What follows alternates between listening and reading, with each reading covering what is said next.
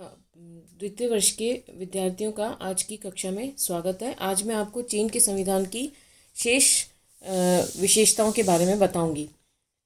अगली विशेषता है समाजवादी अर्थव्यवस्था। नए संविधान में चीन की अर्थव्यवस्था की भी चर्चा की गई है। चीन में 2 प्रकार से उत्पादन के साधनों का प्रबंध किया जाता है: संपूर्ण जनता द्वारा समाजवादी स्वामित्व और श्रमजीवी जनता द्वारा समाजवादी सामूहिक स्वामित्व। राज्य कृषि के अतिरिक्त अन्य क्षेत्रों में मजदूरों और व्यवसायियों को कानून की परिधि के अंतर्गत उद्यम की आज़ादी होती है, किंतु व्यक्ति के द्वारा दूसरे व्यक्ति का शोषण वर्जित है। संविधान के अनुसार अर्थव्यवस्था का समाजवादी राजकीय क्षेत्र सबसे अधिक महत्वपूर्ण तथा विस्तृत है। खनिज पदार्थ, उद्योग, व्यापार, वन संपदा, यातायात आदि समाजवादी राजकीय स्वामित्व और प्रबंध में संचालित होते हैं। राज्य भूमि की आवश्यकता अनुसार राष्ट्रीयकरण कर सकता है। संविधान के अनुच्छेद 8 के अनुसार अर्थव्यवस्था का ग्रामीण क्षेत्र श्रमजीवी कृषकों के सामूहिक स्वामित्व में है। ग्रामीण कम्यून इसका उदाहरण है। अनुच्छेद 12 के अनुसार समाजवादी संपत्ति की चोरी, समाजवादी योजनाओं, अर्थव्यवस्था को नुकसान पहुंचाना आदि कार्यों को दंडनीय अपराध घोषित किया गया है।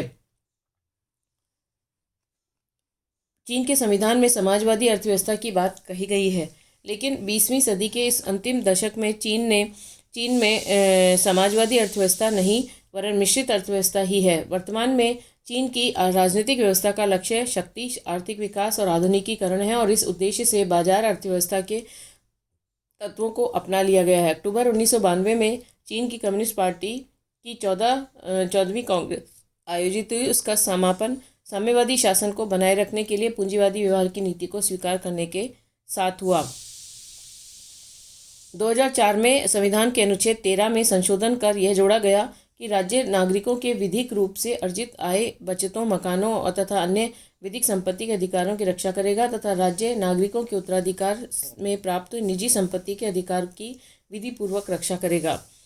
अगली विशेषता है राजनीतिक दलों के गठन की स्वतंत्रता, लेकिन वस्तुतः एक दलीय प्रणाली। सैद्धांतिक दृष्टि से चीन में राजनीतिक दलों के गठन की स्वतंत्रता है और चीन में साम्यवादी दल के अतिरिक्त 8 अन्य राजनीतिक दलों का अस्तित्व है, लेकिन चीन का संविधान इन सभी राजनीतिक दलों पर साम्यवादी दल को प्रमुखता और नेतृत्व की स्थिति प्रदान करता है। इस दृष्टि से प्रतियोगी राजनीति का अभाव है और एक दलीय प्रणाली है। नए संविधान की प्रस्तावना में साम्यवादी दल के महत्व और भूमिका की सराहना की गई है। संविधान में से स्पष्ट होता है कि चीन की समग्र जनता के नेतृत्व की धुरी साम्यवादी दल है। संविधान की प्रस्तावना में लिखा गया है कि पिछले 30 वर्षों में से सभी जातियों के लोगों ने साम्यवादी दल के नेतृत्व में अपनी विजय यात्रा जारी रखी है। वे बड़ी सफलताएं अर्जित की हैं। अक्टूबर 1992 में आयोजित 14वीं पार्टी कांग्रेस में पुनः स्पष्ट कर दिया गया कि चीन पाश्चात्य ढंग की बहुदलीय व्यवस्था को कभी नहीं अपनाएगा। इस प्रसंग में अगली विशेषता है केंद्रीय सैनिक आयोग। नए संविधान में एक केंद्रीय सैनिक आयोग की व्यवस्था की गई है। यह सर्वथा नई और अनुपम संस्था है। चीन के पूर्ववर्ती संविधानों में इस प्रकार की कोई संस्था नहीं थी। देश की सेना को निर्देश यही आयोग देगा। इस आयोग में सभापति, उपसभापति तथा सदस्य होंगे। आयोग के समस्त दायित्वों की जिम्मेदारी सभापति पर होगी। सैनिक आयोग के सभापति जनवादी राष्ट्रीय कांग्रेस तथा उनकी स्थायी समिति के प्रति उत्तरदायी रहेंगे। चीन के संविधान के मसौदे में जो परिवर्तन किए गए उनसे यह संकेत मिलता था कि चीन के केंद्रीय सैन्य आयोग का अध्यक्ष कम्युनिस्ट पार्टी के महासचिव या चीन के राज्याध्यक्ष की तुलना में अधिक शक्तिशाली होगा, लेकिन चीन ने समस्या का हल इन प्रमुख पदों के एकीकरण में ढूंढा। मार्च 1993 से लेकर अक्टूबर 2002 ईस्वी तक इन तीनों ही पदों पर जियांग जेमिन आसीन थे और अब सितंबर 2004 में इन तीनों ही पदों पर हु जिनताओ आसीन है। अगली विशेषता है राष्ट्रपति पद की पुनर्स्थापना। नए संविधान में राष्ट्रपति तथा उप राष्ट्रपति पद की पुनर्स्थापना की गई है, जबकि 1978 के संविधान में इन पदों को समाप्त कर दिया गया था। इनका निर्वाचन जनवादी राष्ट्रीय कांग्रेस द्वारा किया जाएगा।